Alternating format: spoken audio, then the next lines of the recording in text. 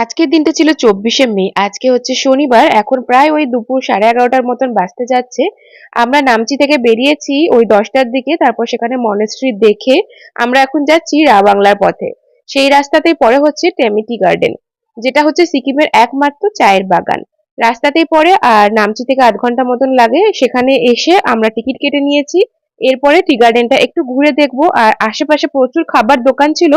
এগুলো ঘুরে দেখতে, ফটো ভিডিও তুলতে তো আমাদের প্রায় 1টার কাছাকাছি বেজেই যাবে। তাই আমরা ভেবেই নিয়েছি এখান থেকে কোনো একটা লোকাল অথেন্টিক খাবারেই আমরা আজকে লাঞ্চ করব।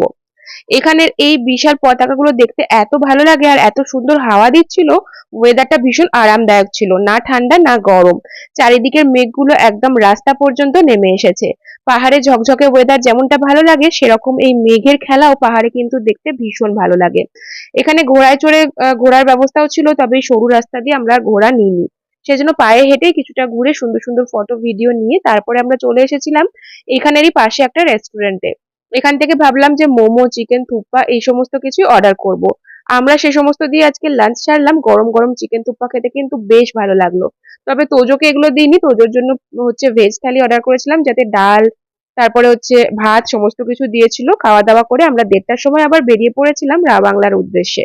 যাচ্ছি হচ্ছে বাংলার বুদ্ধা পার্কে। এখান থেকে দেখাচ্ছে ডিস্টেন্স আরো 8 ঘন্টার মতন। তবে এখানে রাস্তা কিছুটা বেশ খারাপ ছিল, কিছু কিছু জায়গায় যে আগে ধস নেমেছিল, এই এপ্রিল মাসে প্রচুর বৃষ্টি হয়েছিল সেই সময়তে। তো সেই ধস নামার কারণে আর কিছু কিছু জায়গায় কাজ চলছিল রাস্তা। আর তাছাড়া হিমালয়ের পাহাড়ের রাস্তা সব জায়গায় তো সমান হয়ও না, একদম সরু ছিল। তবে এখানে ড্রাইভাররা একে অপরের জন্য প্রচন্ড হেল্পফুল ছিল।